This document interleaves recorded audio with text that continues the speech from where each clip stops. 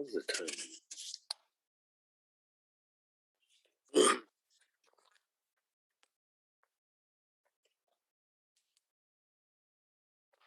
Good evening, honorable members. Good evening, Chair. Well done on your speech today. Oh, thanks. Yeah, I think we should start. Are we making a quorum for this meeting?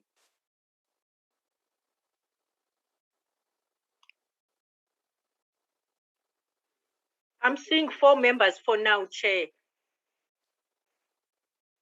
Or suspect we 4 only? Or 5 now with Miss Bukes.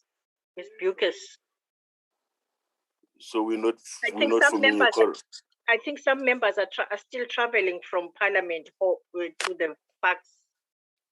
Yeah, they said they're driving, but we can start the meeting and then they'll get us. Otherwise, or they can even join on the road as they're driving. Yeah. Will you fly the agenda, sister?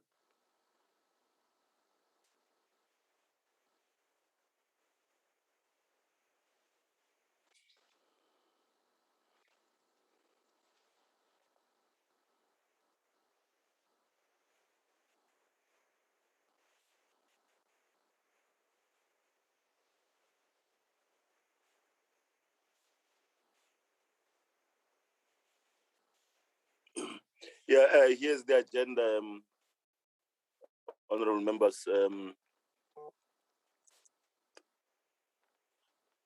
We're going to look at the briefing by the department on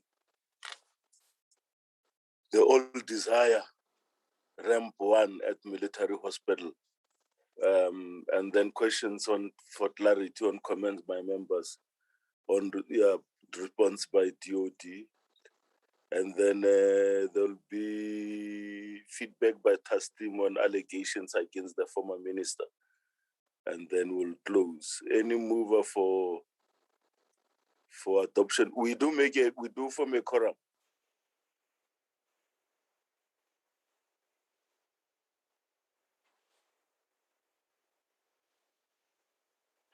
You are 5 chairpersons, as I've mentioned. Pardon? You are 5.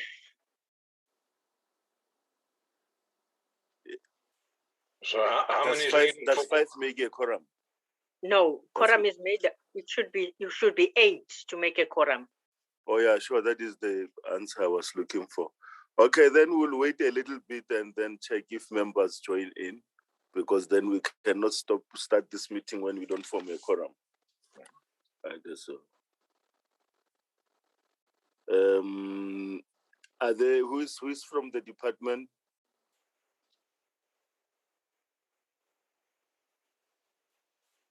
You are 6 now with Miss Lehwasi. She has logged in.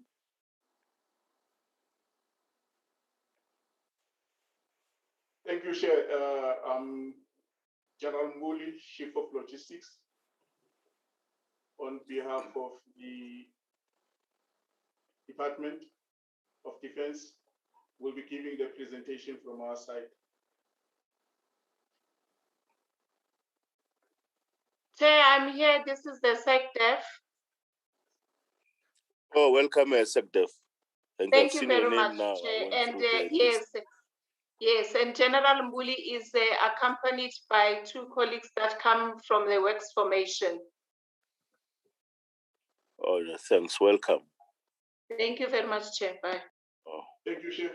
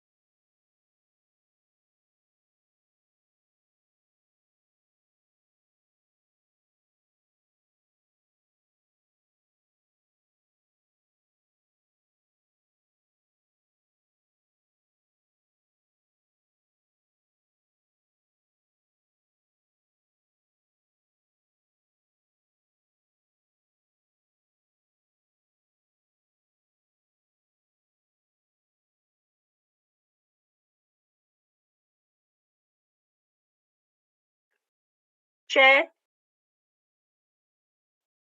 Chair.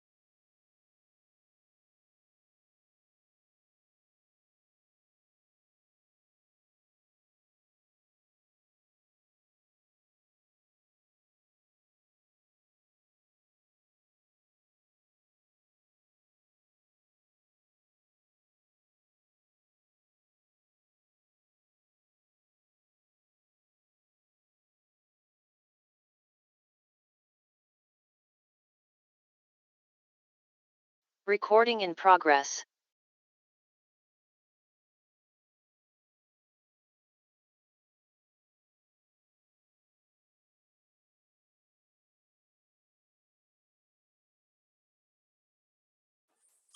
Yeah, welcome to the members of the Joint Standing Committee, like I welcomed you earlier. The other members of the committee are actually driving on their way to the parliamentary village after your sitting. We also had a sitting that ended more or less the same time as the NCOP, but we don't have to drive. At least we're connecting virtually from home. Yeah, here's the agenda, honorable members. Finally, we'll get a briefing on what is happening with number 1 military hospital, the REM, and all other issues.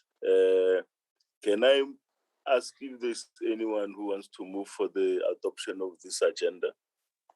I move, Honorable Chair, Honorable Bartlett. Hello? Chairperson, Honorable Bartlett, I move for the adoption of the agenda. Oh, yeah, Honorable Bartlett moves. Any seconder? Yes, Chair, I'll second. Dennis Ryder. Honorable Ryder, second. Thank you very much. Without much ado, I'll give to the department now that the agenda is adopted. I'll give the department to brief us on the The ministers apologized. Oh, let's check apologies. I'm taking it for granted that once it's written on our on our system, then it means it's done. Apologies.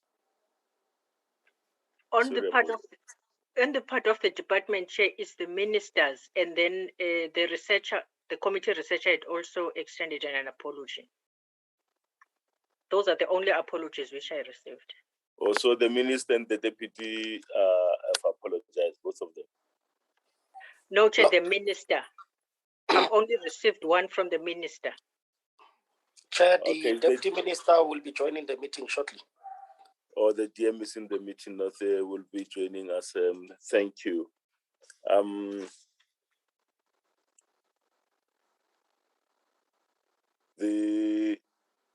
I think we should give to the, in the absence of the DM, we'll give the SecDev to lead us in the presentation. Thank you. Over to you, SecDev. Thank you very much, Chairperson. I will invite General Mbuli and the team to do the presentation. You would recall that the last time we came to the committee on this matter, it was on the 3rd of June of this year. And then we presented, and we have gone to really look at the issue, and then also look at the and a variety of issues, that how do we move from now going forward, and all those. And then we'll also allude to some of the challenges that we have, Chairperson. So that is the scope of our presentation. So we'll invite General Yangasanga to actually do the presentation. Thank you very much, Chair. Thank you, Honorable Chairs. Thank you, SecDef, and the members of the committee. Without any waste of any time, I'll ask General Yangasia to start with the presentation. Thank you, General Yangasia.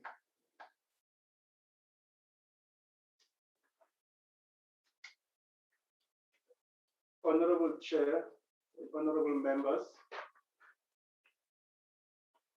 that is the scope of our presentation.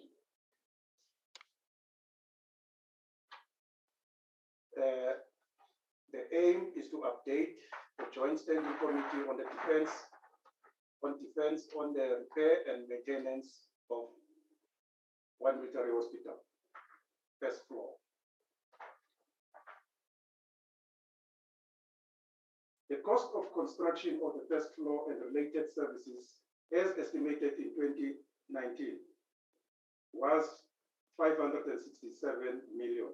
And this cost estimate was done by the quantity surveyor under the employ of the principal agent, which is the Ketura Architects.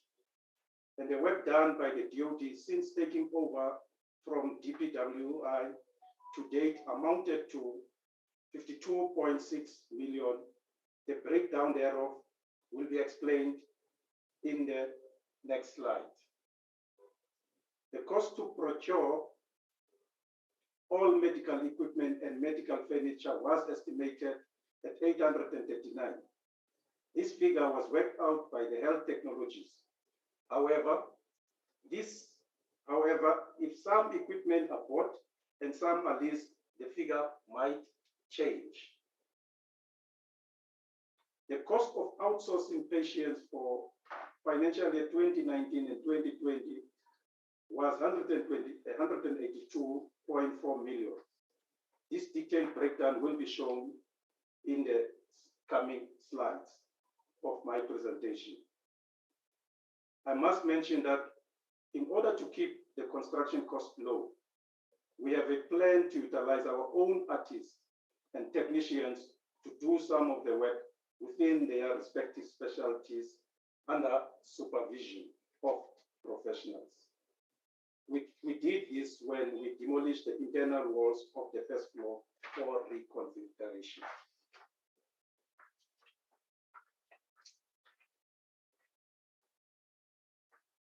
As I mentioned before, The work done by DOD since taking over from DPW to date amounted to 52.6 million. Now, this is the detail of the work done under the management of DOD project managers. As from January to May 2015, CSRI was commissioned to conduct a condition assessment of the entire one military hospital and was paid 2.5 million in professional fees. In September 2015, DPW ceded the Tectura professional team to DOD, and the fees paid to conclude that process amounted to 4.2 million rands. From September 2015 until the project has been put on hold, based on the ceded contract by DPW to DOD, we requested Tectura to do the plans and redesign the first floor of the hospital. The redesigning was informed by inputs from HODs of the different departments of the hospital. So Tectura corrected the work for stage 1 until stage 4.2A. That is in the contract. This entails the documentation for procurement of the building contractor and the construction documentation to go out on tender. And that has been done. We paid 35.9 million in professional fees. The health technologies was contracted for 20 months to do planning specification for medical equipment, costing and advising on procurement approach for medical equipment. They worked out the figure of 839 that I mentioned in my previous slide. They were paid 9.8 million in professional fees.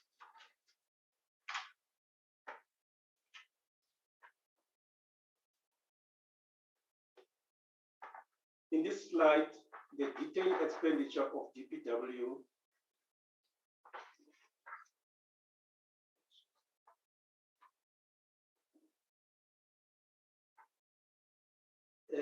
I've confused my slides here with Minister. In this slide, this is the breakdown of payments of medical outsourcing as from 2010 to 2021. The first column is the item description, and the rest is the financial years and amounts paid. In financial year 2010, 2011, 45.9 million was paid.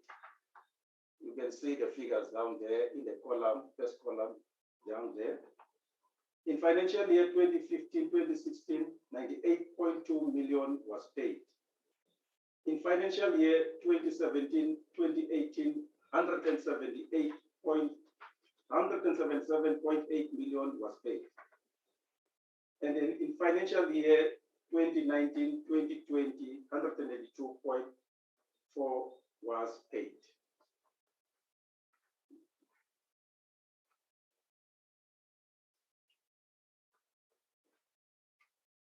This slide is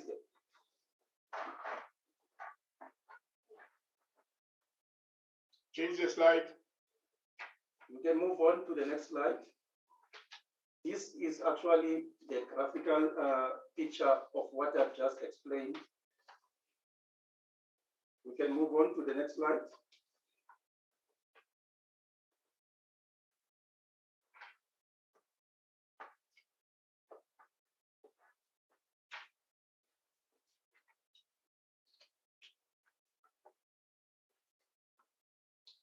This is the detailed expenditure of DPW as from financial year 2006, 2007 to financial year 2015, 2014, 2015.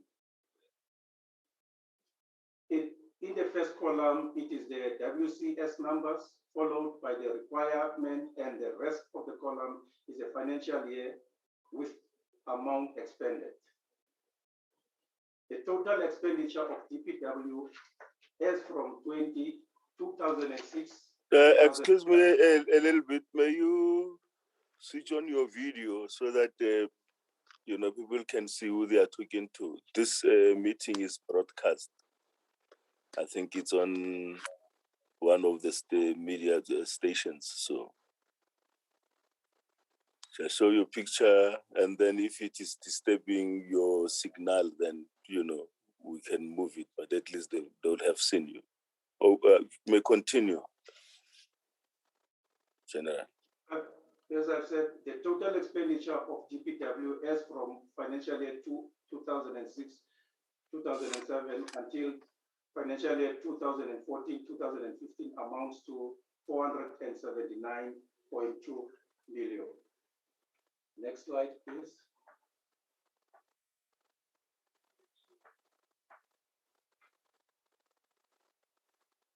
As alluded in the previous slide, designs and plans to finalize the project has been completed. It is foreseen that the project will take 29 months to complete, as depicted in the Gantt chart.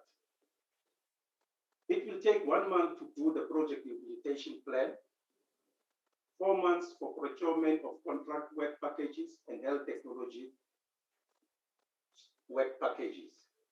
The construction phase will take approximately 24 months to complete.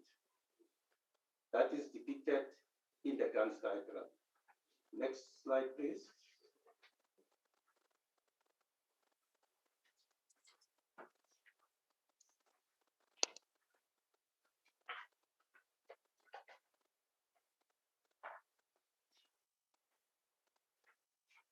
The Defense Works Formation, as the Defense Works Formation has completed plans to finalize the one military hospital first floor. However, in order to continue with the work, there are outstanding issues which we must resolve. Firstly is the funding. Secondly, the decision on the forensic report, which was commissioned by the department, where the decision must guide whether the first floor professional team must be fired, or if it has not been found guilty, it must be allowed to continue. Should the professional team not be found guilty, the DOD must apply to National Treasury for deviation for them because of scope change, so that they must continue. I thank you.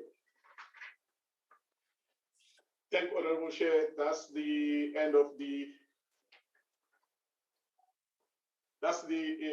end of our presentation.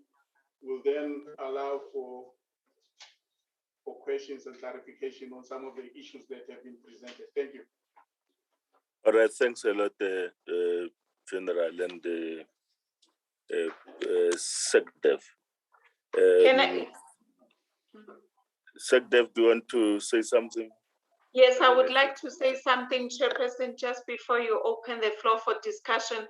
Just to say that, Chairperson, the former chief of the SANDF commissioned an investigation last year, I think June, July, and then the report was finalized. And we have since looked at the report, which had made specific recommendations, but also what came out of the report was that there were officials both from the DOD side as well as the DPW side that were mentioned. We then agreed that the report has to be shared with our colleagues in Department of Public Works and Infrastructure. And the new chief has since then shared the report with the DG of DPW. I had a conversation with him and they confirmed that they've received the report, and then we are going to be meeting around those. Then secondly, also the report had suggested that the whole report should then be submitted to SAPS for further processing. And that has also taken place, Chairperson. So that is where we are at with that. Now, one of the things that maybe one needs to talk to is that in the report, not only is it about individuals, but they are also about some of the consulting firms that are mentioned there, and some of them, they are the ones that were supposed to be doing the work around the first floor, the theater, and the pharmacy. Now, depending on what the outcome could be, is eventually, is that our dilemma as a department is that it becomes then difficult to continue with the first floor renovations when part of those companies are implicated. And then the flip side of it is that it's going to actually make it a little bit difficult in continuing with the project with those. So we'll need to just determine how we want to take the project forward, because then I don't think that it will serve us well if we continue with those that are implicated. I just thought, Chairperson, let me just put this into context in terms of that one. So that is what I wanted to add. Thank you very much. Thanks. I see this. The DM is in the meeting. DM, would you like to say something before we open the meeting for discussion?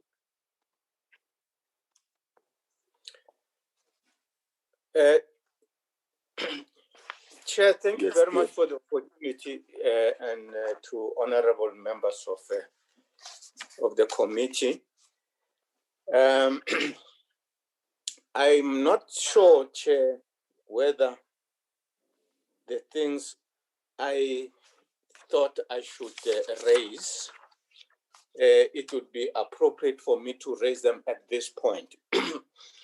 But I think the committee members should take note of the report from the SecDef that an investigation was commissioned. A report has been, tabled, and their action in the report, they've shared it with the Department of Public Works. They've taken it up with the law enforcement agencies.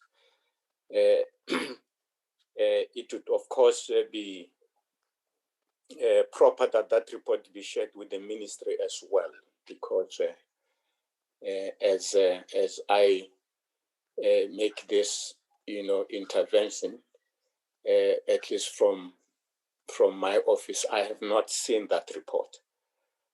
That is the first point. The second point, of course, is that the information, the way is shared on this matter, it's I know it's it really is the preference of the drafter or the compiler of the report that he sought to share this information in the manner in which it has been shared, but it's not empowering enough in my observation, because the report is about the project of one military hospital. But the information provided speaks to renovations of the first floor of one military hospital.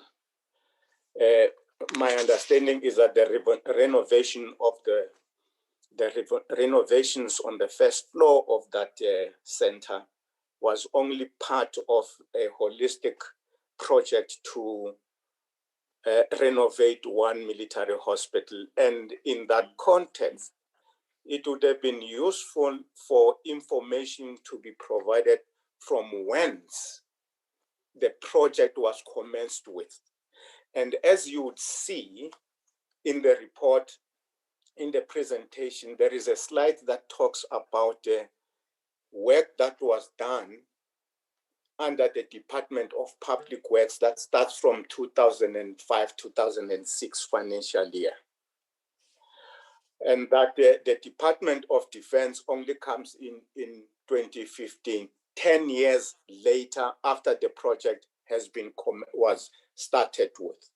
So in relation to the figures that are being shared in the presentation, it would have been more helpful for a picture to be painted of what the spending on this project was from day one when it was commenced with. What were the projections of the cost of this project? What was spent when the project was under public works? What were the reasons for the Department of Defense to take it over? And what work was done under the Department of Defense, and what budgets were spent during the time when the project was now prosecuted by the Department of Defense. So those figures are not there, but you have to go backwards and forwards between slides to get a picture of what I am talking about. So the information is there, but it's not presented in a user-friendly manner. The other point, of course, is that the money spent, there's something that suggests that there was spending on the same work that the previous executor, which is the Department of Public Works, had spent money on. It is very, clearing. You can see when you compare the information under work done by DOD, when you read that information with the slide that provides a breakdown of money spent by the Department of Public Works, which is slide number 8, you will see that there are things that suggest that there was a repetition of work and repetition of spending. What worries me is that we are not talking of small figures. They are huge figures. Unless the information presented, I'm misreading it. But that's what the SEC have, because the accounting officer has studied this information, will be able to assist the committee on. I can go into the details to explain the shortcoming that I am pointing to. You would note that under the, just go back to the, under the cost estimates,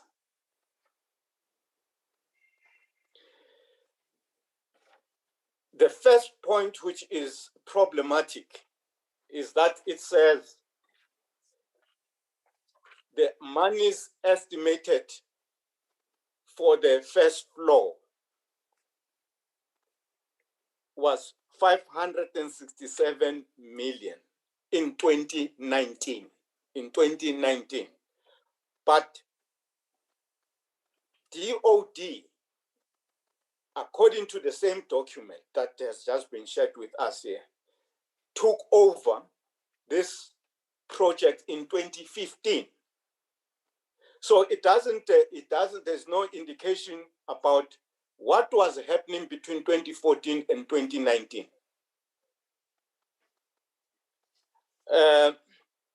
The other point, of course, is that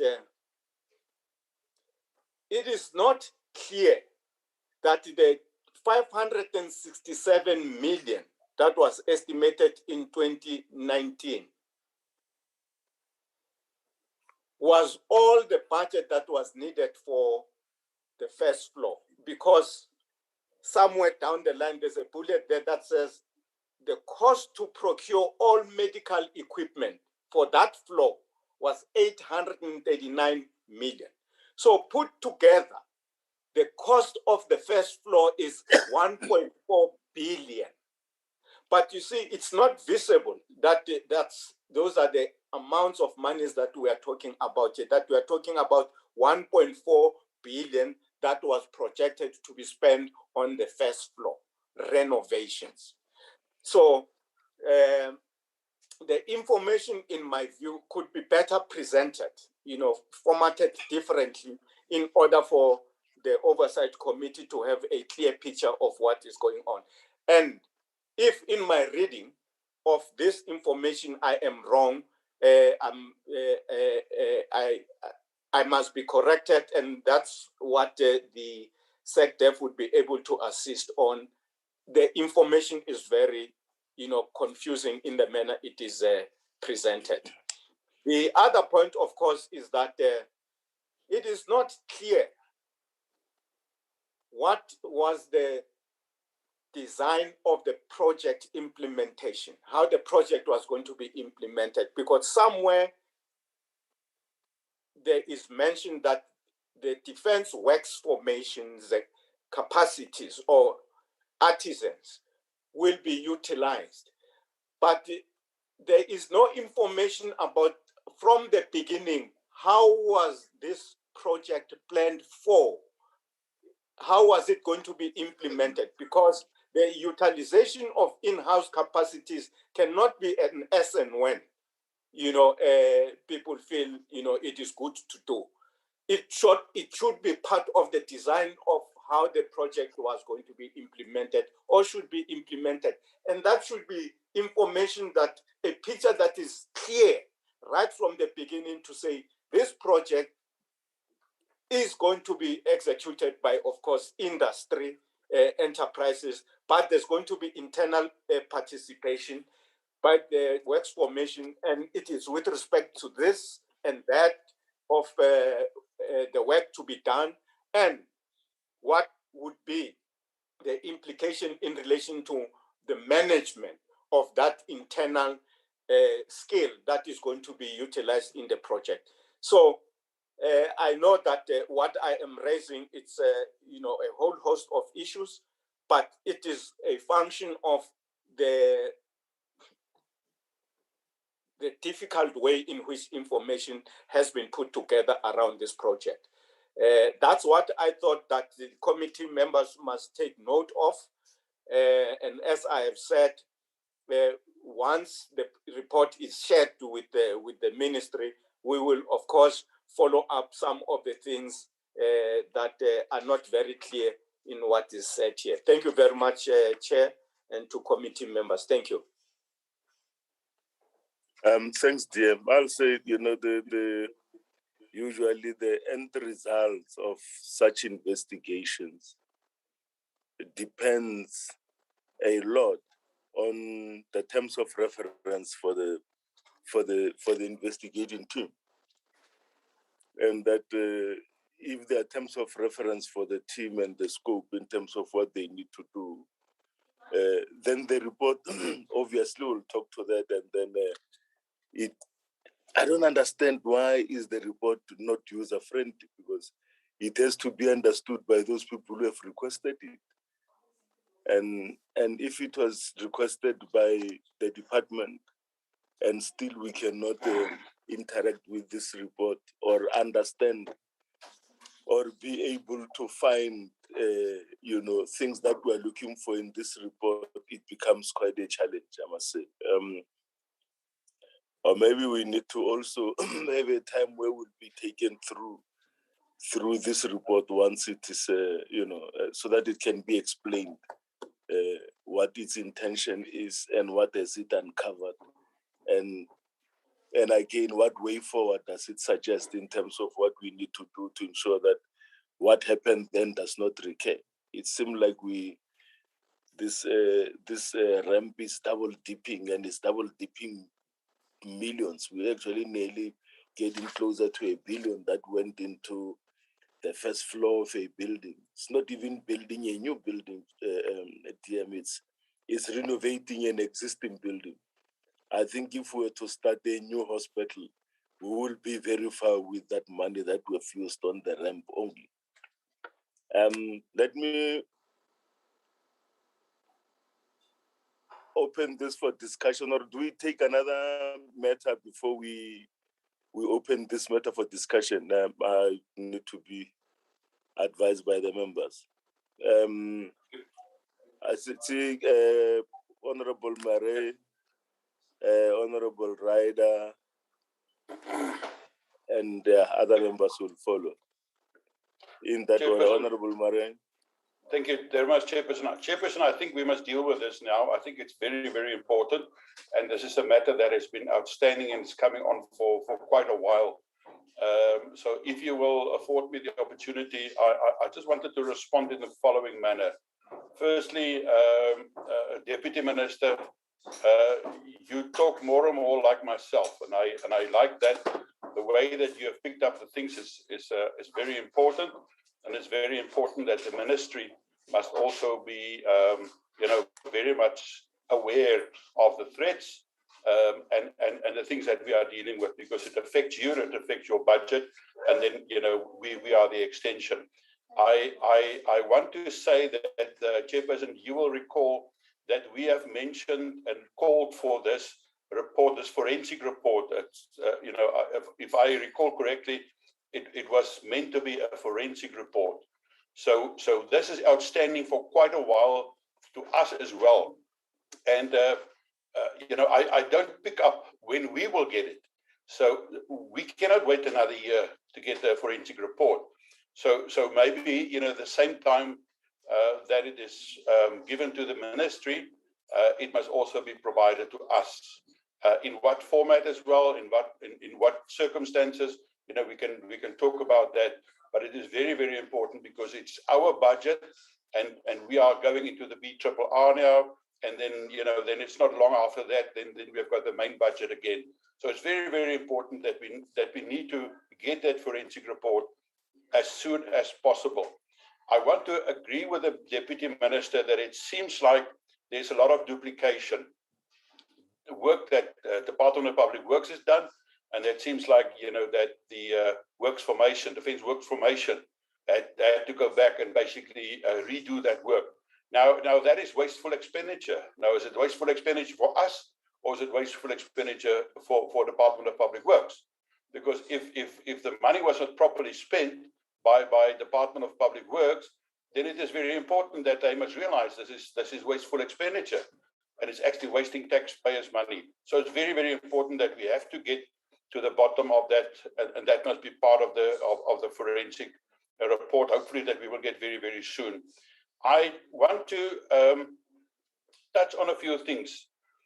Some of the members might recall in the beginning of this term, when we visited one military hospital, I mentioned that during the previous parliament, I had figures of 1 billion rand roughly for the construction and the renovations, and around 1 billion rand for equipment.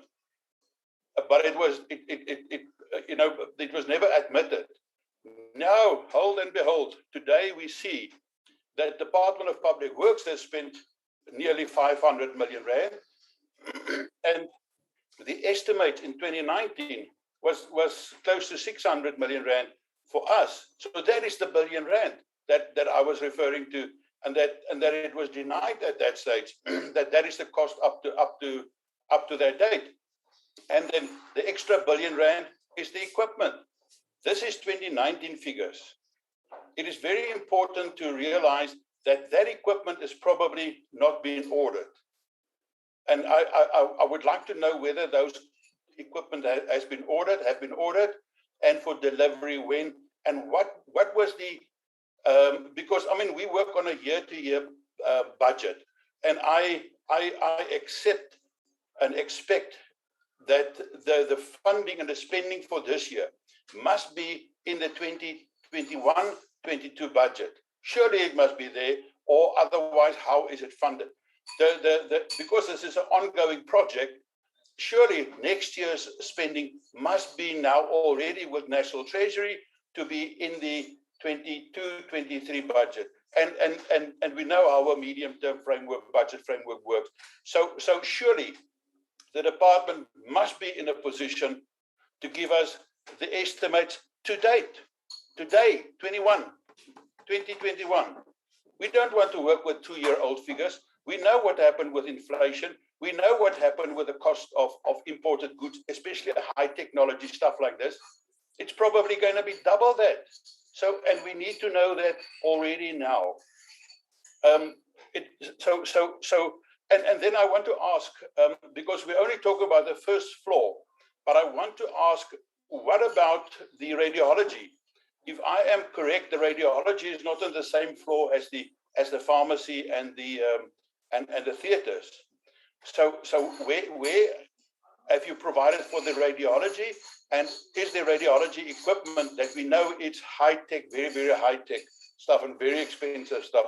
Is that included in there? And if so, just give us more the information regarding that.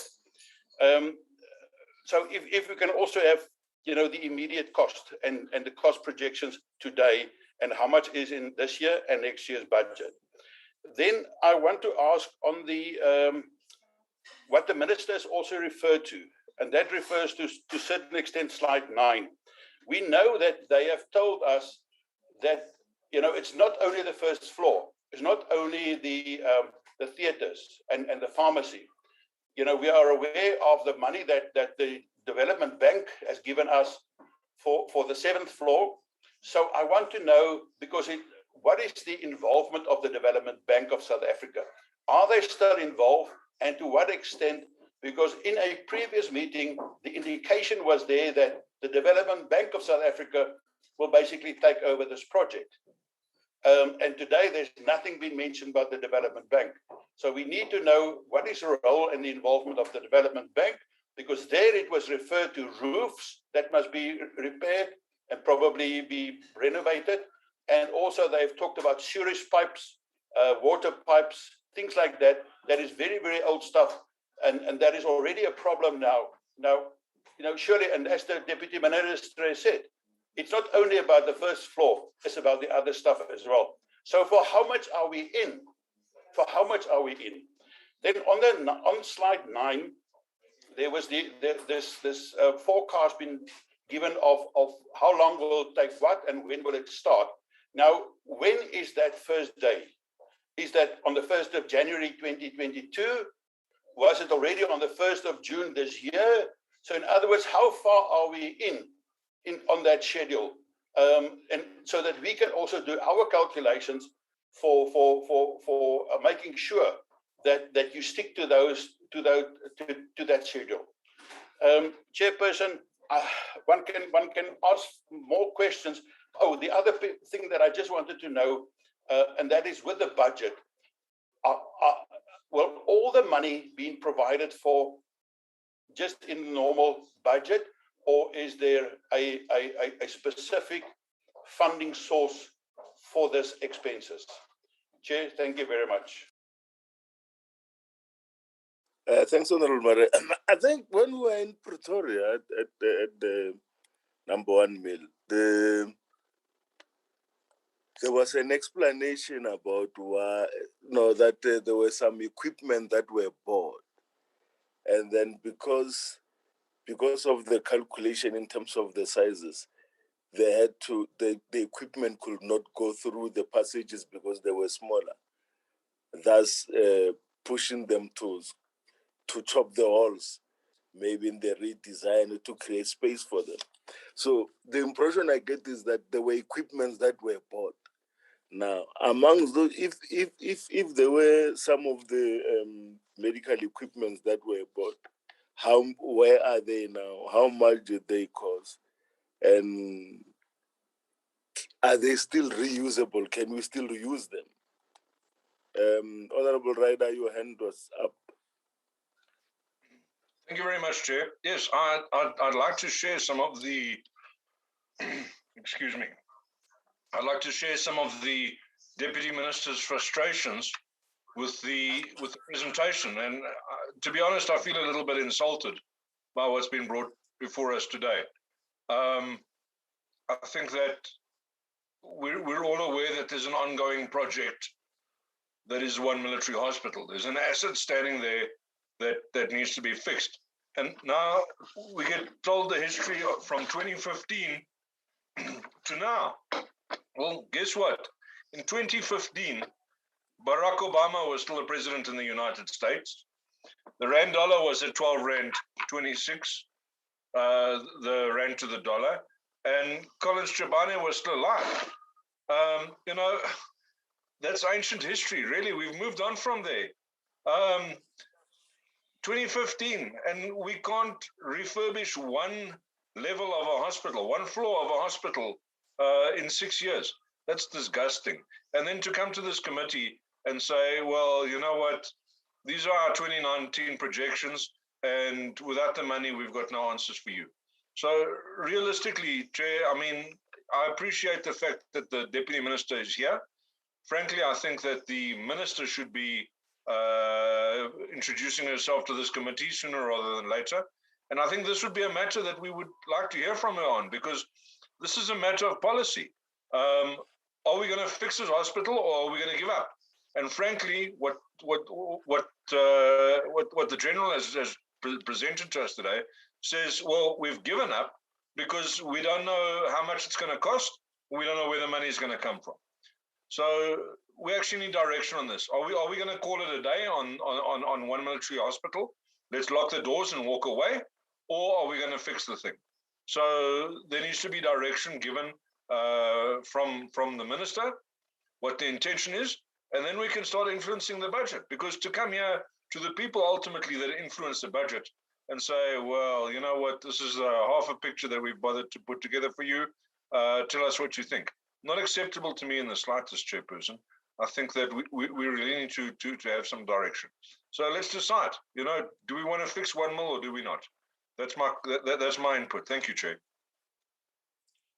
Is Kenny Honorable Muzamai? Thank you, Chairperson. Yes, sir. Chairperson, I see a very, very serious problem on that Department of Military Hospital. You see, 1 mil is one of the biggest hospital worldwide. But today, when you look to that hospital, you feel shame. When I look to this 557 million of 2019, fixing first floor by Public Works, is a serious problem that side. And we need to force a forensic report. We need people there at the 1 mil.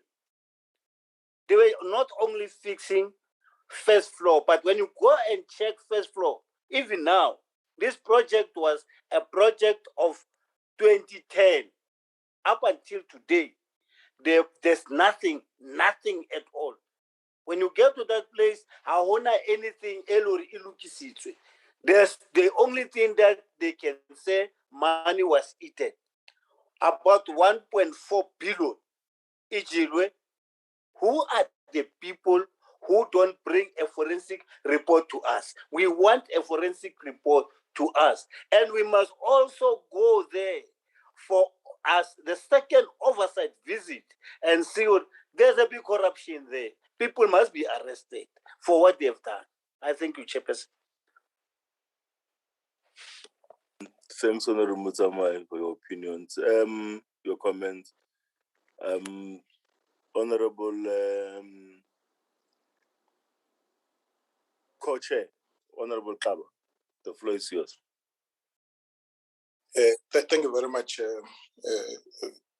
Chair. I'm not in my usual space. Please pardon me if I become, for some reason, the system kicks me out. Chair, see, I agree with those who say that we must invite the department to share the report, the findings of this forensic investigation with the portfolio committee. I'm saying this for two reasons. The first reason is that the Minister of Defense, let me say the former Minister of Defense, in March 2014, she appointed a ministerial medical task team, and she gave that task team 6 weeks to complete its work. The focus of that task team was to investigate into factors affecting the optimal functioning of the 3 military hospitals in South Africa. And so the task team delivered this report in April, towards the end of April. And the report makes a number of findings why the 3 military hospitals, especially the 1 military is in the state that they are in the state that they are.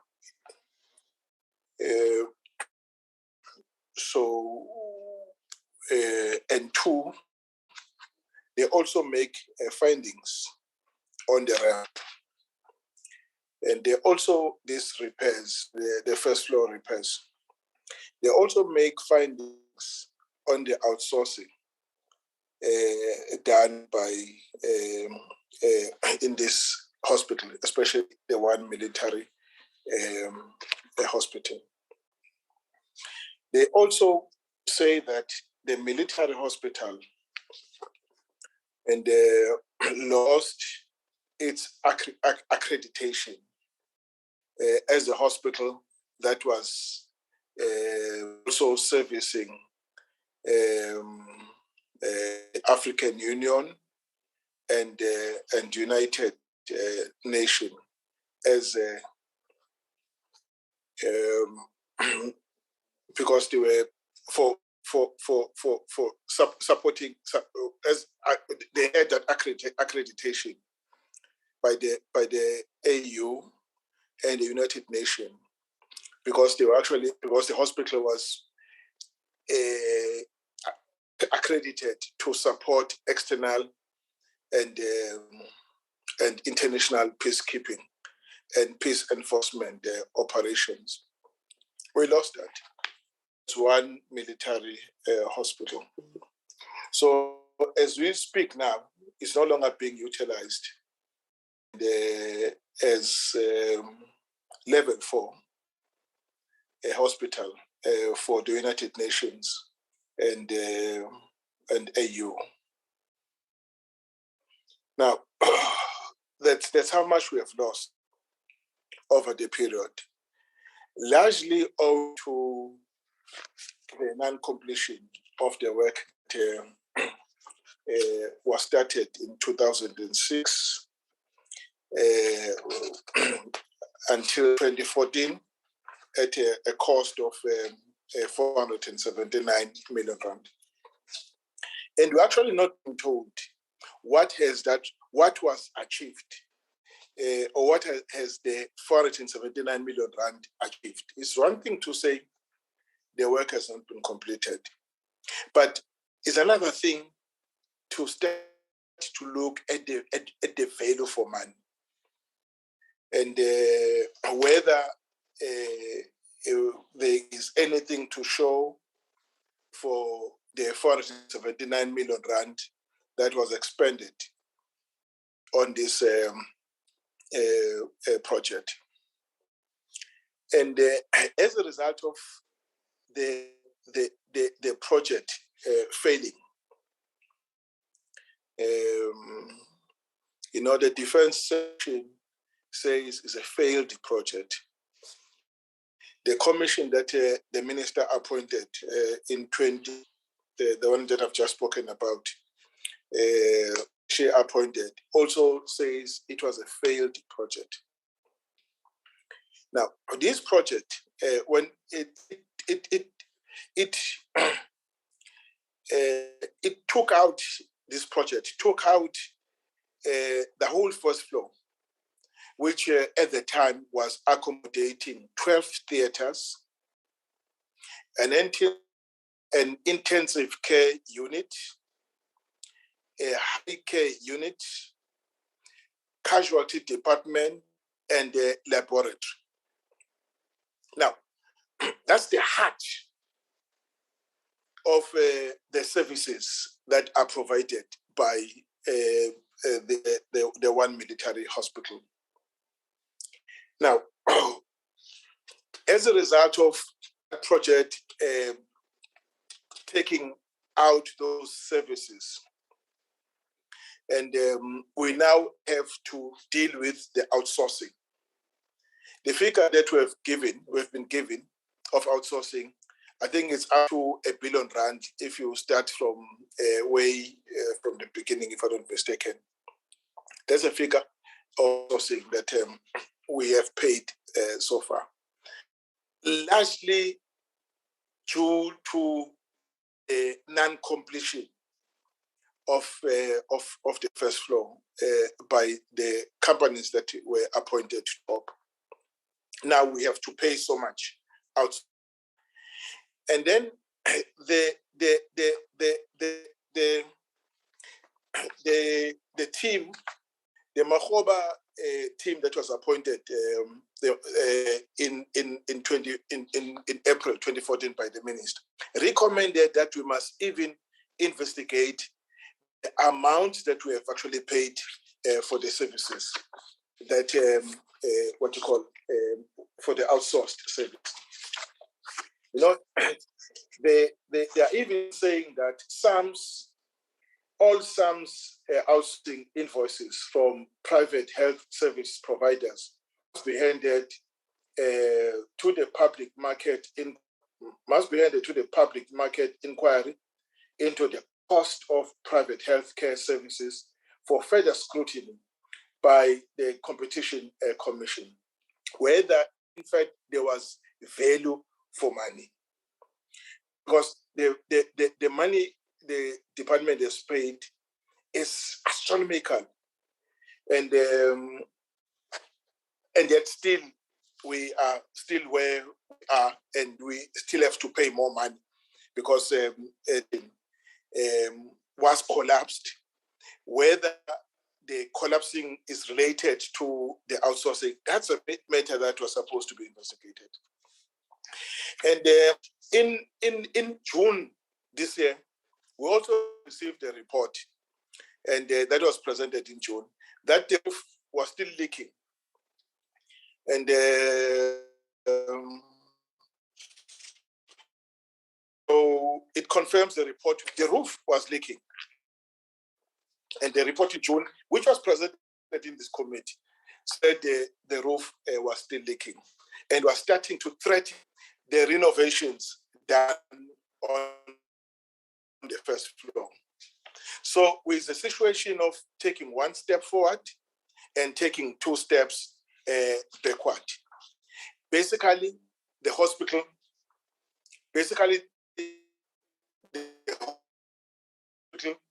it's being collapsed brick by brick. Now, what do we stand to gain from this exercise? It is in that, to me, it makes it urgent that the department share with us these findings and of the forensic, recommended by the Makgoba Commission in 2015. And I don't know when it was commissioned, but we now speak about the results. And these results, 6 years later, nothing has been done about it.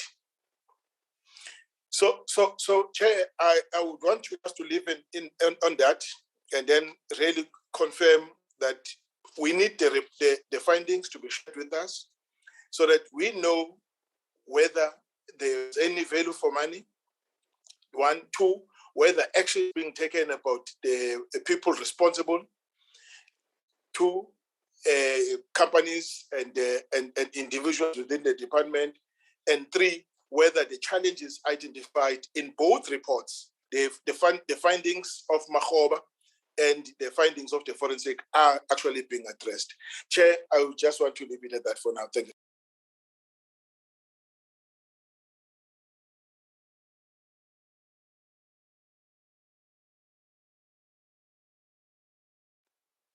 The impression I get with this one military hospital is that it has become a milking cow for contractors and other people.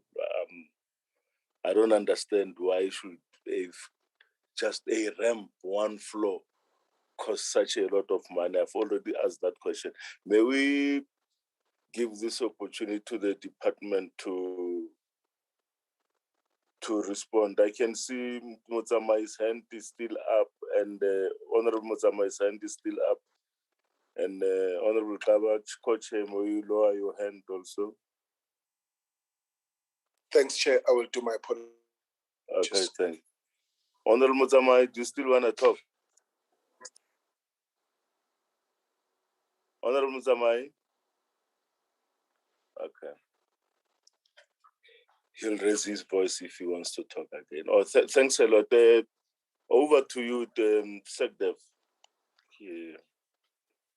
Engage with Thank these you, questions. Chairperson.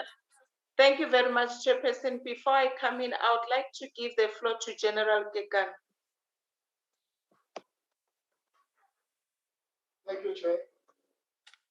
I'll provide some answers on some of the questions of the concerns that were raised. In particular, when it comes to the expenditure. General, may we switch on your video, please? This meeting is broadcast live, I think, on some social media.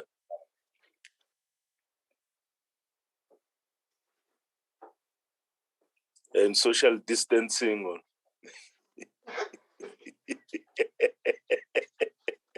What we're trying to do, Your Honor, being distance apart.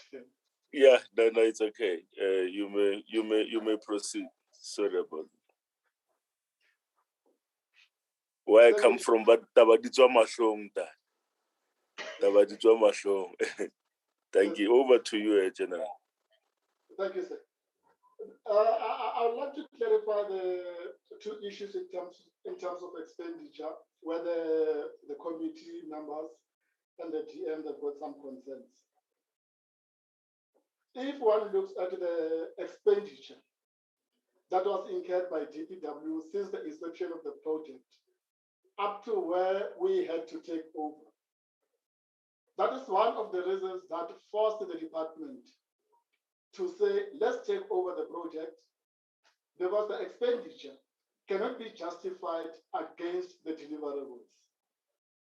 We will not have anything tangible that we can show for the money that was spent on.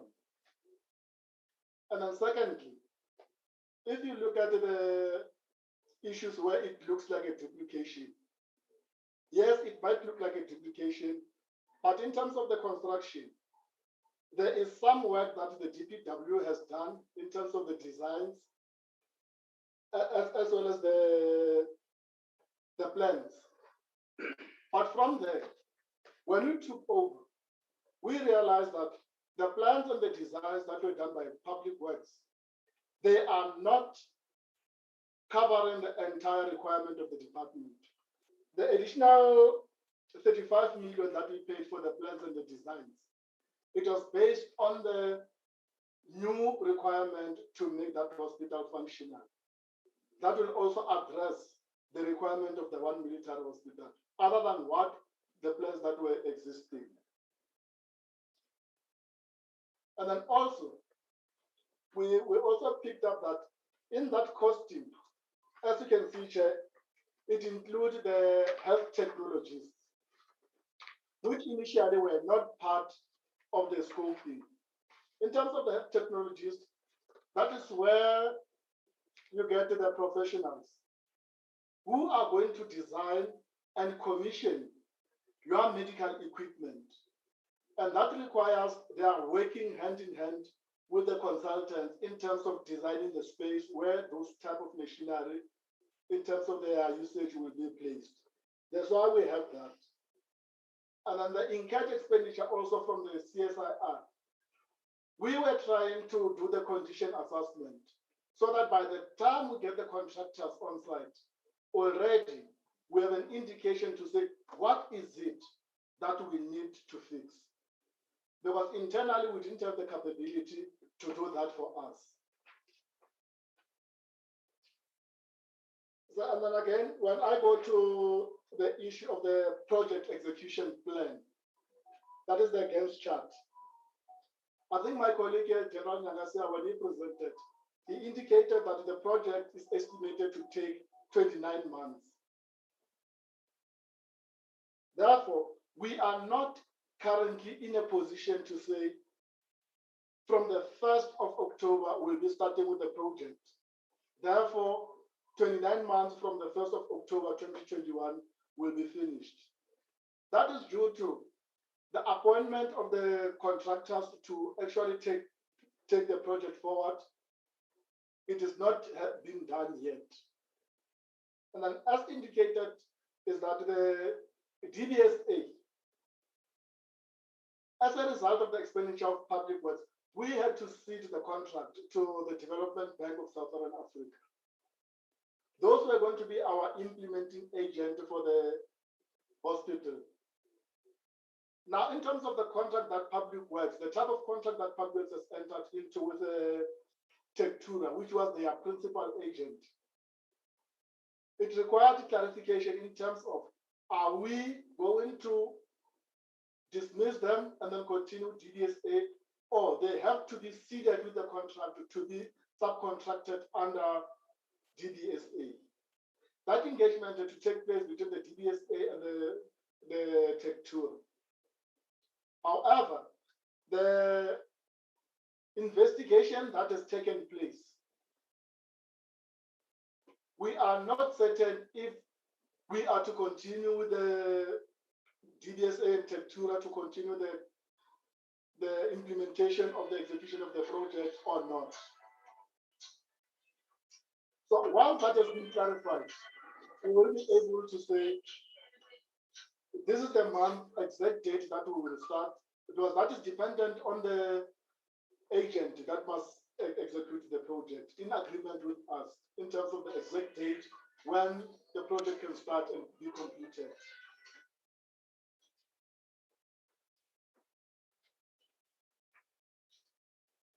And then in terms of the DM, where he asked in terms of where will the defense transformation fit in, it must not be like it must be a prerequisite from the initial stage. That arrangement has been made, it is standing since we've taken over to say whatever work that is of less complex in construction terms, the defense transformation, where it has the capability, it will execute that part, and that work that the defense transformation has executed, it will be discounted against the total cost of the project. So DM, we are very sure that whatever project is going to be executed, or the project as is going to be executed at 1 year, there is an agreement in place. It's not like we will be negotiating or requesting. There is an agreement in place to say, these are the type of work which are less complex in nature that we will be able to do, hence we have the capacity.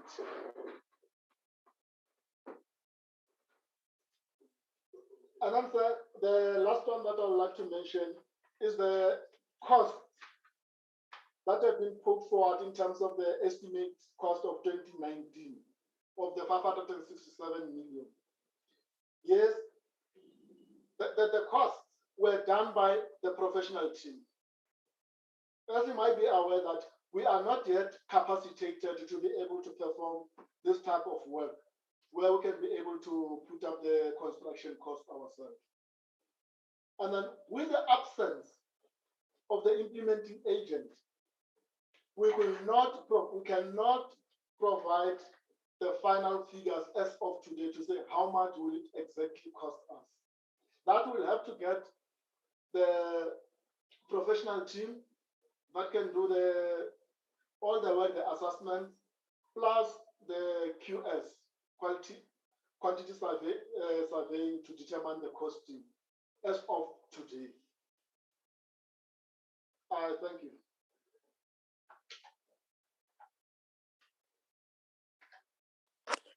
Thanks a lot, General. Yeah. We'll continue with the answering of the questions.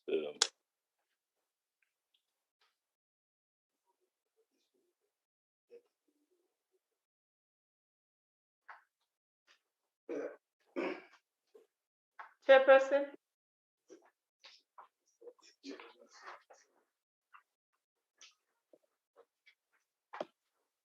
Who's speaking? Oh,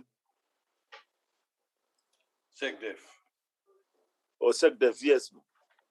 Yes, thank you very much, Chairperson. I just wanted to mention from my side that I received 2 days ago a copy of the executive summary of the investigation report that was conducted. As I mentioned earlier on, that it was commissioned by the former chief of the SANDF, and now it is in possession of the current chief of the SANDF. The executive summary that I have, it's 42 pages, and then it talks to a variety of issues. And then what I would do, I was just trying to also reach out to the chief to say that we needed then to share the reports with the ministry, both the minister and the deputy minister, and also to share it with the portfolio committee. But I just want to state, Chairperson, that one of the things that come out from there is that since the time when the project was started, there's over 1 billion that has been spent on that. And then also it alludes to the various areas that are touched on in the report. And they vary from the change of scope from time to time, which will be a costly exercise in itself. It also talks to the issues of outsourcing. You would recall that even in the presentation, there were issues of the outsourcing where you go and use a medical equipment elsewhere, but also because we don't have really functional theaters, we'll have to also outsource the operations that we do. And then it talks also about procurement failures. And, may you play your video, please? Okay. Yes, it talks to also the issues of the procurement processes that have not been followed, and then also the unauthorized and wasteful expenditure, and then also it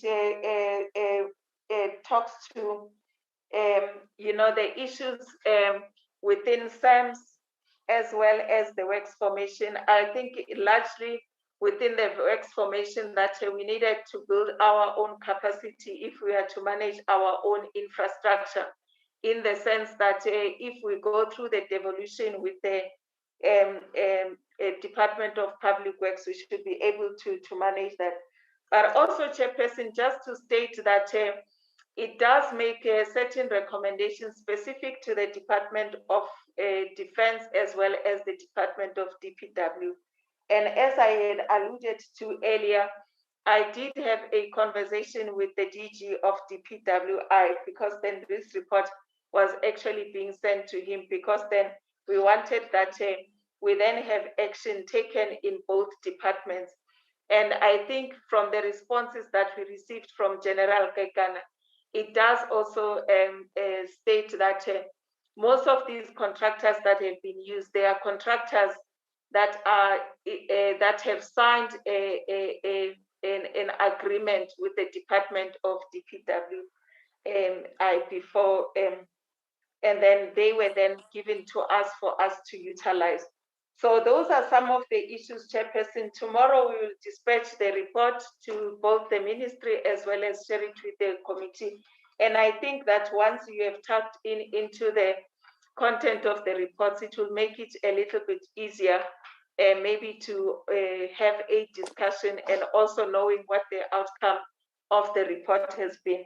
I also, Chair, want to state that because at a certain point the renovations were run largely by Public Works, and then later on we came into the picture, it has been a little bit difficult to get the numbers and what was spent and that. And some of the things, what we were also seeking to do, Chairperson, which maybe is something we can look at, is that if you look at the amount of outsourcing, 1 year, there was a point where we spent over 182 million. And we are not only talking about the theater, but also using the equipment in other hospitals.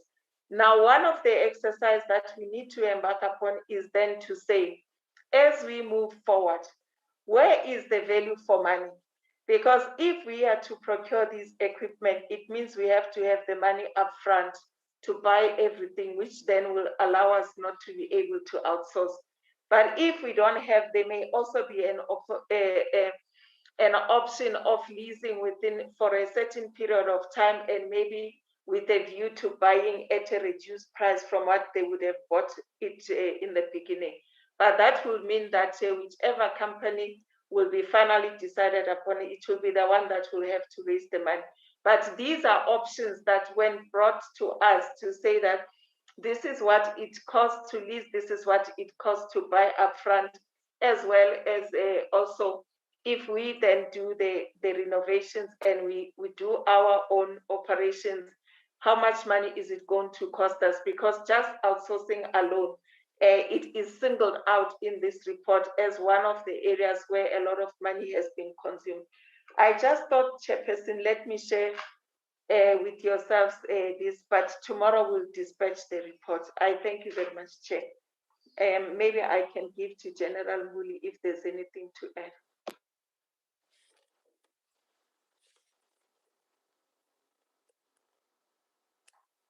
Thank you, SecDef. Thank you, Honorable Chairperson and the members of the committee. We don't have anything to add on unless there are some further clarification on the matter. Thank you. Thanks a lot, General. Honorable Mare, I see your hand is up. Yep. And all other members who want to make follow-up questions, they can do that now before we move to the last item. Chair, thank you very much. Thank you very much. I just want to respond first in terms of the point that was not addressed. I've asked the questions about the radiology, the facilities for the radiology and the equipment for the radiology. Then some of this information appears to be enormously confusing and contradicting. In some ways, there's discussions and talks about work that has been done and are being done. But then just before that, it was said to us it's going to take 29 months, but there's no indication when that 29 months will start. Now, has something been done? Has it started or not? And surely even a professional consultant must be able to tell you, we will be able to start in X time, because how on earth can you plan and can you budget if you don't know when that 29 months is going to start? That links to my follow-up question on the 29 estimations. Can you provide us information whether there was any provision in that 2019 estimations of increases because of price, because of exchange rate, because of inflation, whatever? What provisions have been made, and until when was that estimations been made? Is it for 1 year? Is it for 3 years? Is it for 4 years? So in other words, how are we tied in terms of that cost as well? Then I want to say that DBSA being implementing agent, the cost for that implementing agent, how much will that be? Because that has not been indicated to us in the presentation that there will be an implementing cost or cost for the implementing agent. And then my question is, why not Defence Work Formation being the implementing agent? I can tell you that unfortunately I've been part of this committee from the 5th Parliament. And in 2016, some of the information that has been given to us tonight was exactly the same that was given to us in 2016. So in other words, nothing has changed since 2016. And we are now going to 2022. So there seems to be enormous lot of confusion, and somewhere along the line, you will come back to us and say the money is not, there's not provision, adequate provision for the expenses. We cannot go on like this, and it is just unacceptable that you can tell us that in 2016 it was about building capacity of Defence Work Formation. In 2021, we still talk about that as being a plan for the future. So nothing has been done. No capacity has been building. So Defence Work Formation can do nothing basically in that hospital except for the simple electrician and for the simple sewage and plumbing works. I mean, that is just not acceptable. What have we invested the money for? What have we budgeted the money for? How much money has been provided this year, 2021 and 2022, 2023 for this project in the budget? At least you should know what is in the budget. Otherwise, you've got no money for the next 2 years. And then the 29 months can only start after that, because you can't start without money. Chairperson, it is just, and what the SecDef has given us information as well. Why was that not part of the presentation? Why do we have to drag out the information, and why are you not forthcoming with the information? I get the impression that you try to give just the necessary information and hoping that we don't ask for anything more. So you're kind of hiding these things and not being open and frank. That's the only conclusion that I can get to. And that is very frustrating. I mean, we cannot go into a BRRR process and a budget process for next year with this kind of information and flimsy information. You're not empowering us, and we cannot support you if you don't support us. Thank you, Chair. You have said more than a mouthful. Honorable Mutsama, your hand is up. Yeah, thanks, Chairperson. Chairperson, you see, this thing is very, very problematic. These people, they only renovate 7th floor before level 2. First floor, nothing, even now. I was there last week. They only renovate 4 wards. 2 for isolation ward at 7th floor. Nothing, but they spend lot of money. And people, they don't think that they can be arrested by not telling us the truth.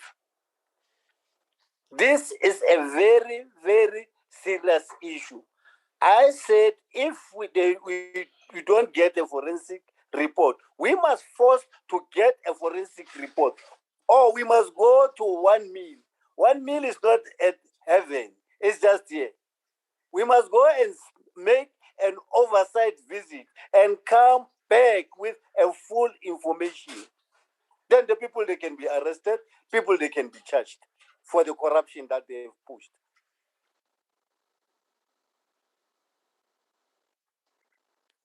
Yeah, thanks, Honorable Mutsama. You lower your hand.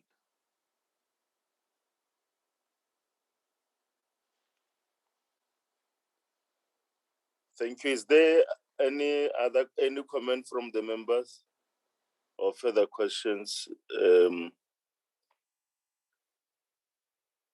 Thank you. I think what we need to do going forward,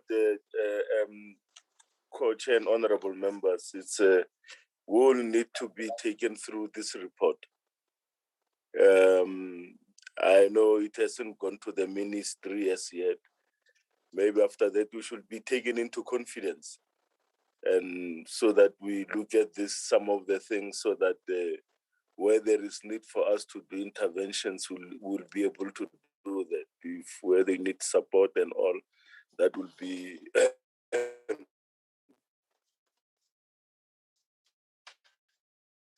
what we could do. Our parliament is to play oversight over the executive, and the only way we can play, and of course including the department, but we'll only do that through the ministries as members of parliament. So watch this space. We need to have a day that will be dedicated to looking at these reports and charting a way forward. What is the next item on the agenda? I think we should give this matter a rest. Chairperson, there was just that some of those questions that they didn't respond to mine. If I can just get that response, even if they say that they will send it to us, but at least that it's not just hanging in the air. And then just with regards to the forensic report, the SecDev has referred to an executive summary, but she's also said that we will get the report. Can I then assume that we will get both the summary, executive summary, plus the complete report? Thank you very much. Yeah, we have to see what is allowed and what is not. But as members of parliament, I think we can access any document that we need as part of our oversight role that we play over the executive. I agree with you. I was thinking that maybe some of the questions, if we have answers to the questions that are asked by the members, particularly Honorable Mare, and all those who have asked questions, Honorable Kaba also touched on a lot of other matters also. And that, you give the answers, and where you don't have the answers, you say, no, this answer we'll give you, we'll give it in writing after so many days, within so many days, because we cannot, extract answers from you if you do not have the answers. But all questions have to be answered, ultimately.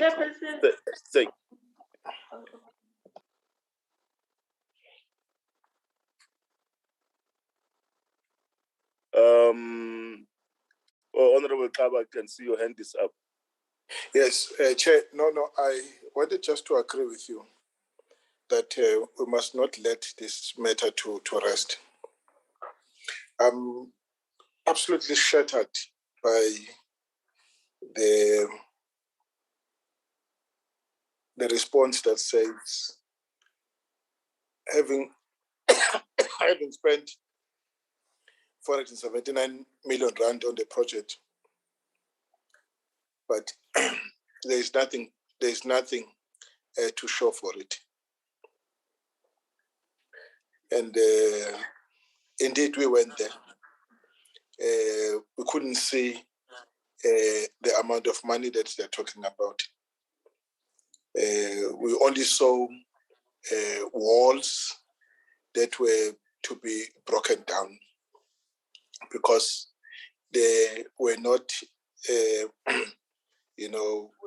designed to fit the equipment that were earmarked for the first floor. Now, I think we need to go there. Previously, we went there as part of other activities to do. We must go there and then invite Public Works and the Department of and this department to come and take us through this information, the report on the forensic. I agree with you. That is not only the summary that we need. It's to be taken through the full report. If the summary is able to do that, so be it. And but we need to know what happened. Where did that money go, and what did it achieve? Was there value for money? But now with the statement that says there's really nothing to show for the amount of money we spent, I'm really shocked to the core. Maybe I agree. Let's leave it at that for now, and then plan to have, if the colleagues agree, to visit the military hospital once again. Now, dedicate the whole visit to it, and that we use that time to also receive the briefing from both the departments. So that, because it may be that the Director General or the Minister doesn't know about what we're talking about. They haven't been to this hospital. If they have not, then we'll get that chance when we are all there, so that we all see for ourselves how much the defense force was robbed by the consultants. And I'm not too sure if they were acting alone or they were acting in collusion with some of our officials. But only the report will tell us that. We don't want to speculate. But I can tell you the damage would not have been this huge if they were acting alone and without any collusion. Thank you so much, Chair. I just want to leave it at that. Thanks.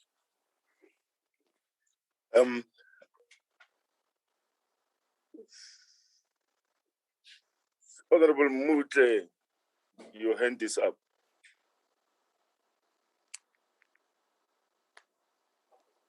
Yeah, thank you, Chair. Actually, Honorable Co-Chair has raised the point that I wanted to raise.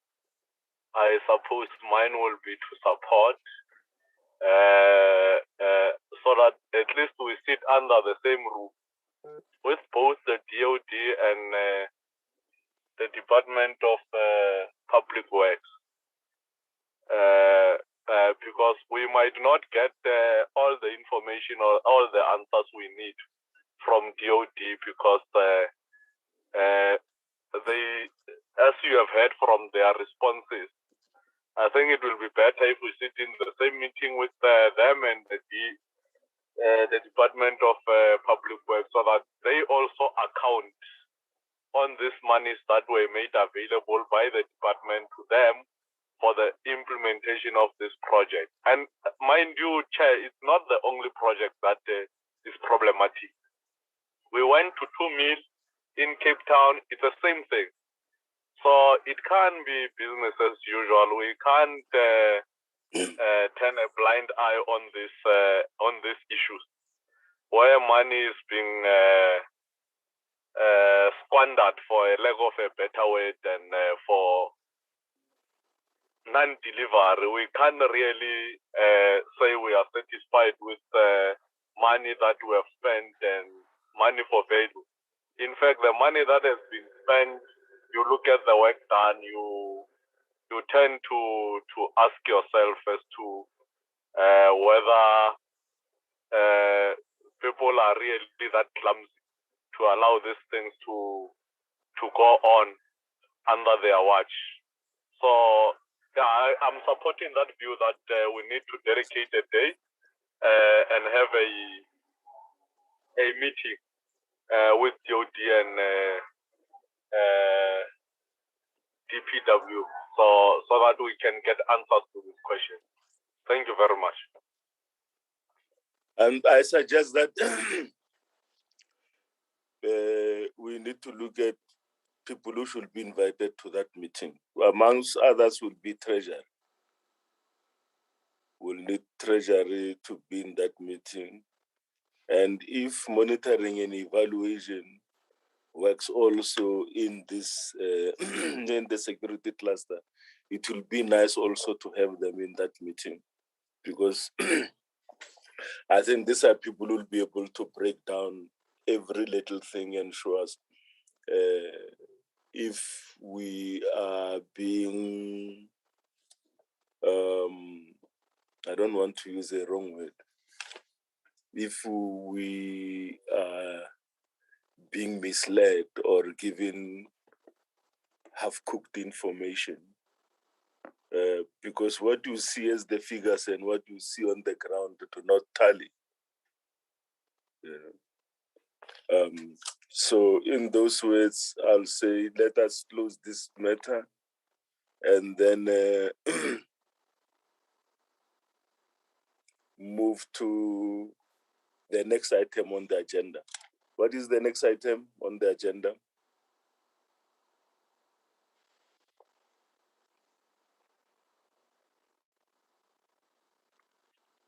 Chairperson, is there just any indication when we will then get that feedback for all the outstanding questions and matters from the department? Will it be next week? Yes, Chair, next week. Yeah, can you say next week when? Next week, Wednesday, Chairperson. Thank you. All right, suggestion next. Oh yeah, next week Wednesday. Thank you very much. And that's also the forensic report. Thank you very much. Chairperson, if I may, and honorable members. DM, yes. Chairperson, yes. No, Chairperson, I was going to request that we allow for this report to be presented to the ministry, which, as things stands now, is not going to be earlier than Monday. The earliest is going to be Tuesday next week. As an SAP, matter, so that the ministry can help to take this discussion forward by presenting a clear picture of the history of this project, in which account will be providing the findings of this report as well. And also provide the oversight committee with the proposed way forward, so that we avoid being made to move around in circles on this issue, because I share the frustrations that honorable members have raised. We need to pull this. We've got to get out of this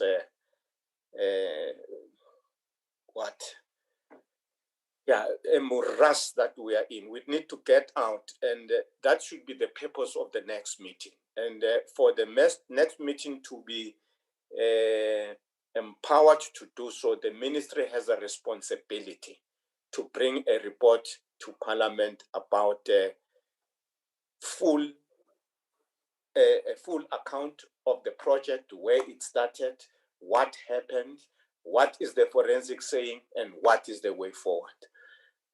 So if we are agreeing to taking it next week, I would say towards the end of next week, in order to allow that meeting of the COD to take place, to entertain the presentation of the findings of the report. I don't know if that would be acceptable, but that's my proposal. There's the proposal from the DM. I don't know if the hands are old hands or these are new hands. Chair? Yes, Honorable Tabo. Co-chair. No, thanks so much, Chair. I think let's accept the proposal. So it means that we must find time. Let's say we'll skip sometime in the 3rd or 4th week of September. So let's accept that. Give them enough time to look at this, receive the briefing, interact with it, develop actions, and then come and present to the portfolio committee. I agree. Thanks. Okay, thanks. Honorable Mutama, your hand is up. Or is it an old hand?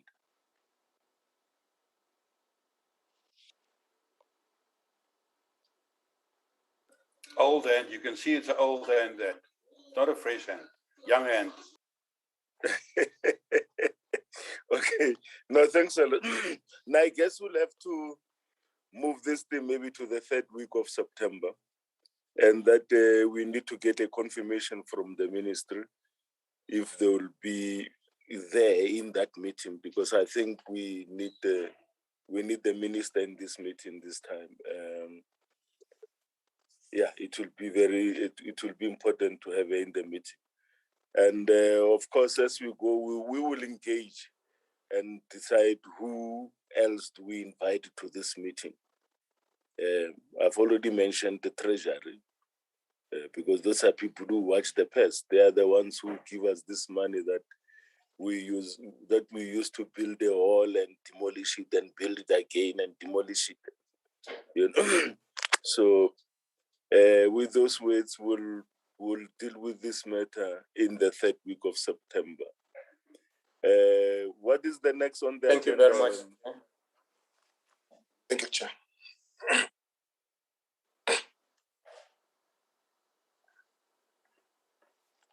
It's the feedback by the task team, Chair, by the subcommittee. Sorry. Oh yeah, well, members, as you know, that the Joint Standing Committee on Defense established a task team to look at the matters related to the investigation, the allegations of corruption by the Minister of Defense, former Minister of Defense, and the former late SecDef, the retired SecDef.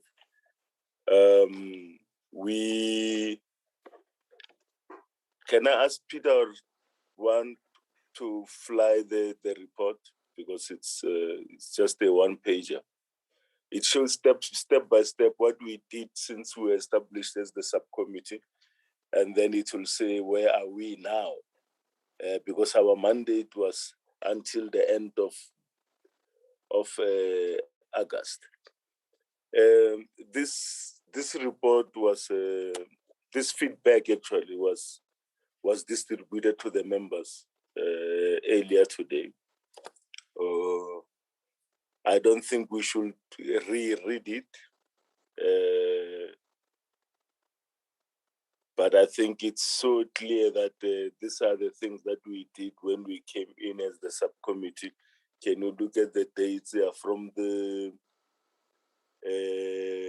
June, and then in July you see the steps that we took, writing letters, emails, and contacting the whistleblowers, talking to General Holomisa as the person who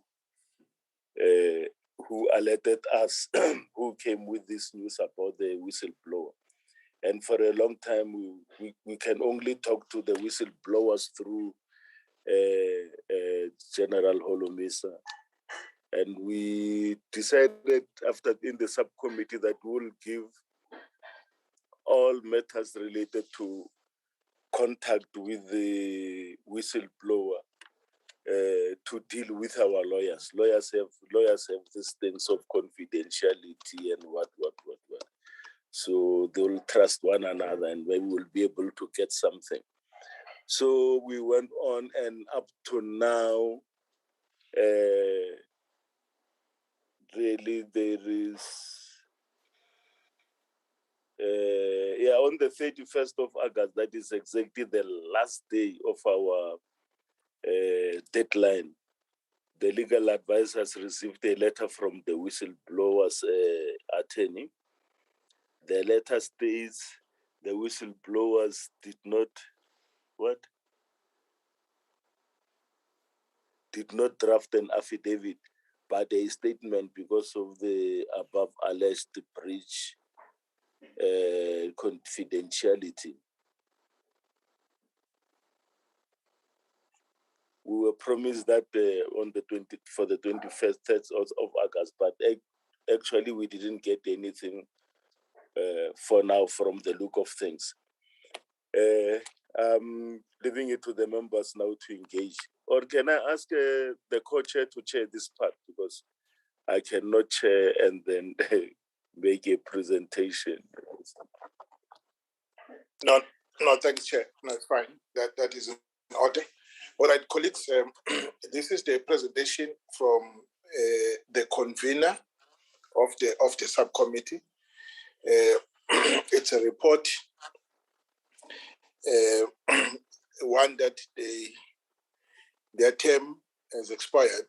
They were given until the end of the month to look at the matters and make recommendations to this committee. And they've one and two, they've tried to track down the whistleblower who promised the affidavit initially and undertook to do to make oral presentations, but on the last day of this committee, she says the the matter. She can only, the lawyer says she can only file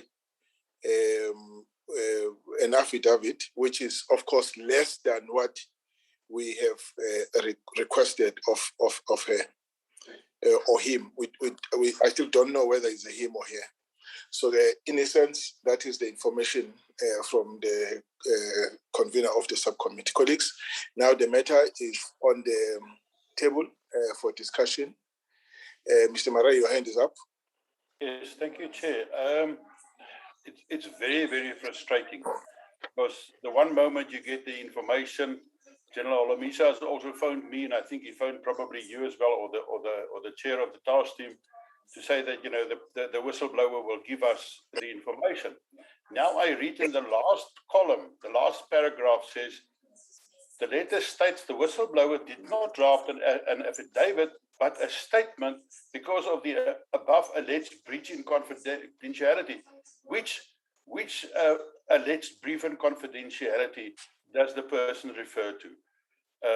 Because I cannot see where there was a breach in confidentiality. I mean, we still don't know who the whistleblower is, so how can we breach any confidentiality?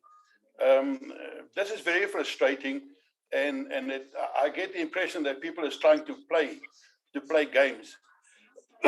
It's either the allegations are very serious, and I mean it is obviously been in the public and everything. So, and it's very difficult. It's an embarrassment to be contacted by persons and say you're in the task team. So what are you doing? And in the meantime, we've got absolutely no information. We've already received information from the whistleblower, so I don't know what this statement will now say different from the previous ones. But as we've said, we need at least an affidavit to start off. I have indicated in the past that we need to talk to the whistleblower, and the whistleblower can stay anonymous. I mean, we don't have to know who the person is. Parliament's legal team can arrange with the whistleblower's legal representative that we will never see the person. He or she can even influence the voice so that we don't recognize the voice. But we need to interact with this person to at least get clarity, because now it's only hearsay that we have to work with, and with hearsay we will not get anywhere. So yeah, I'm very frustrated, very, very, very frustrated, because we're supposed to do our work properly, but clearly someone is playing games, and I don't take that lightly. Obviously, we need, if it's possible that we can still get to the bottom of this, we must do that, because we have also got a responsibility not only to Parliament, but to the taxpayers and the minister, because if she must be exonerated, then we need to get the information to confirm and exonerate her. Now we cannot, because we don't have any information. We can only say this is the information that we've got. Some of even that information that General Holomisa has given us of the WhatsApp discussions, that is not a certified copies. So I mean, anybody can do that. Anybody can fabricate that, but it needs to be certified as copies of the original. We don't even have that. And what I always ask myself is, anything that you deal with, would it be able to withstand a court of law? And if the answer is probably not, then don't go that route. Don't go that route. If you don't have the information, then you have to accept you don't have the information. But you can't go onto the route and knowingly that you will be slammed by anybody and by the minister. I mean, you know, how can we do that? This is so bloody unfair. Thank you very much. Thanks, colleagues. The system kicked me out for a while on the platform. I might have missed quite a lot of what he said, but nevertheless, let's move forward. I have Kenny Motsomai and the co-chair. Let me just take Motsomai first and then the co-chair. Thank you, Chairperson. Thanks, Chairperson. Chairperson, I think here, before we go further, this was a very serious allegation. When we listened to General Bandu Hulumisa, I took this thing very, very serious. And I wanted to hear the proper information from a whistleblower. But at the end, there's nothing. When you want to see a whistleblower or when you want to ask a whistleblower questions, it's so difficult for her or him to come to us. You see, if a child, let me make an example. If a child has been raped and we go to court, the court will be in camera. The social worker, they will come and represent the child. But here, you cannot represent a person who is not here. A whistleblower is playing with us. He was just lying to the Honorable Lumisa, just to Honorable Lumisa to bring the information to us. When he's supposed to be here, he cannot come. We want a whistleblower, but if he cannot come, let's forget about this case, because there's no case. I think, Chair. Yes. Let me just check if there's any other colleague before the chair, co-chair. All right, co-chair. Okay, let me just take Honorable Mutle before you, Chair, because you'll respond. Honorable, over to you, Mr. Mutle. Honorable Mutle. Yeah, thank you, co-chair. I'm a bit disappointed, Chair, because of the implications that these allegations that cannot be proven or substantiated might have caused on the reputation of those that these allegations are leveled against. The reason why I'm saying this is because seated where I'm seated, what if these orchestrators of this allegation or concoctors of this allegation, they concocted them knowing that they can't prove anything beyond what they've said. Their intention was nothing except to tarnish the image of those that they leveled these allegations against. It's worrisome, Chair, in a sense that we went an extra mile as a committee so that we can get the gist or the truth of this out of this allegation. But unfortunately, it's a futile exercise because nothing came out of it.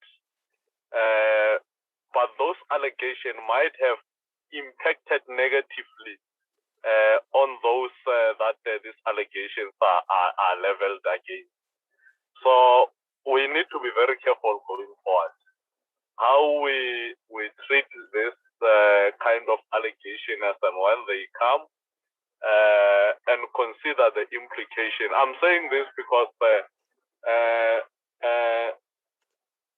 it might be, I'm not saying it's correct, it might be that the minister was reshuffled because this kind of allegation or this kind of a dark cloud hanging over her.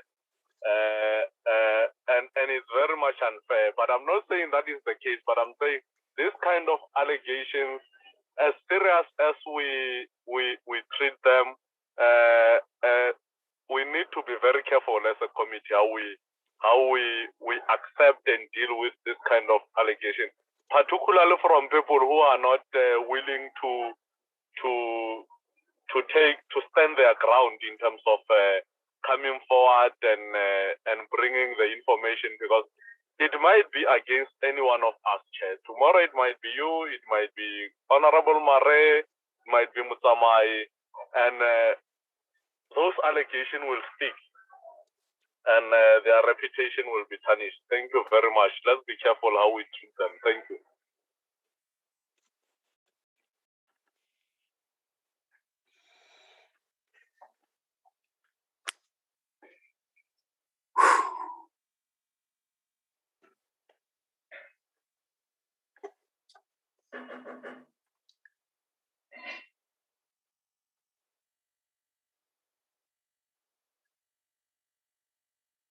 Is the chair still in the meeting?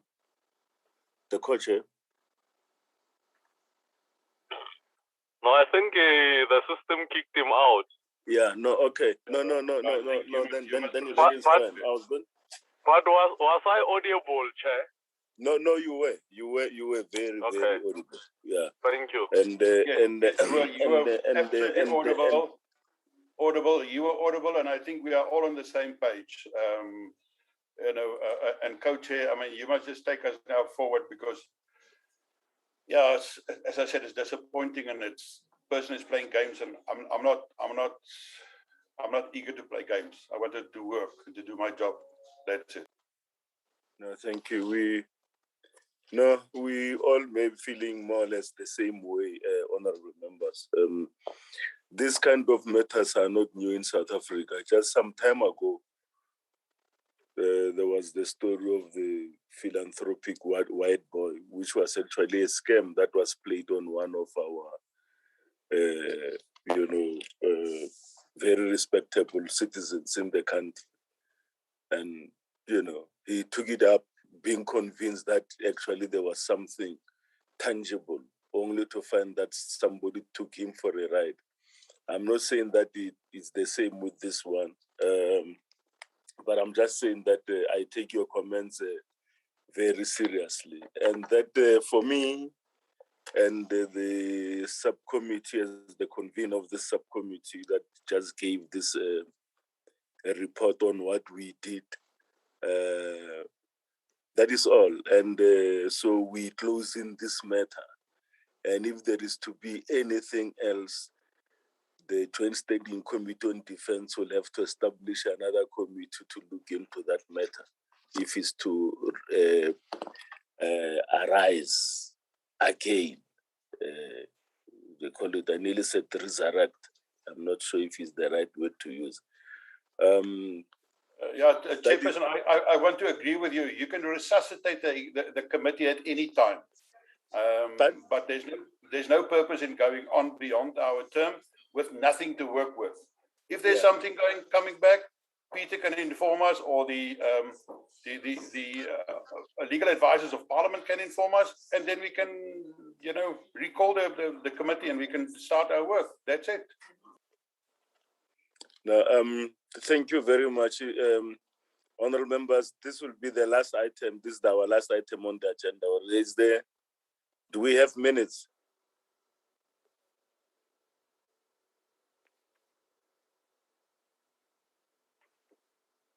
No, Chair. Nothing tonight. No, there is. That's minutes of the.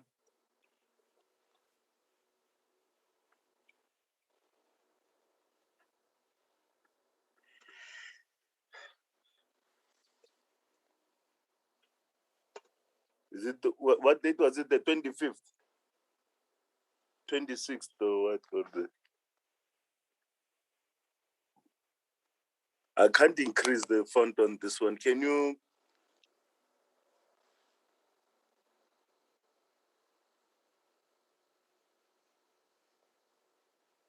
Yeah, here are the minutes, honorable members.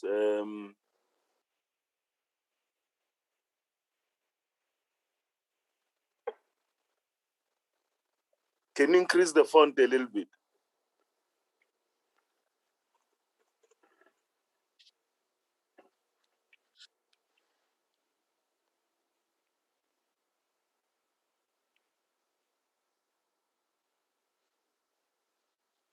There are the minutes. Any changes? Any comments on changes on the minutes? Corrections? Nothing, sir. No corrections. Any mover for adoption of this minutes? I move, Chair. We have only seen the first page, I must say. We've only seen the first page. Oh, I thought they were given to us quite anyway, but it's okay. Oh yes, yeah. No, I'm prepared to second that, Chair.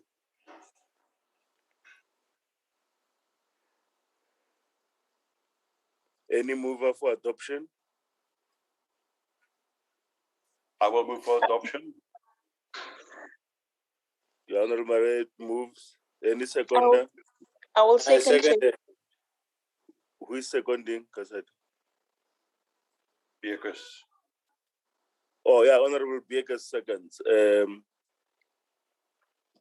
That we came to the end of our meeting, and follow-ups will be made with the ministry and everybody concerned, so that next time when we meet, we'll have a meeting that will produce something at the end, so that we close this matter once and for all. Thank you very much. This meeting is adjourned. Thank you. Bye. Thank you, Chair. Much Lekker appreciated. slaap. Thank you. Record.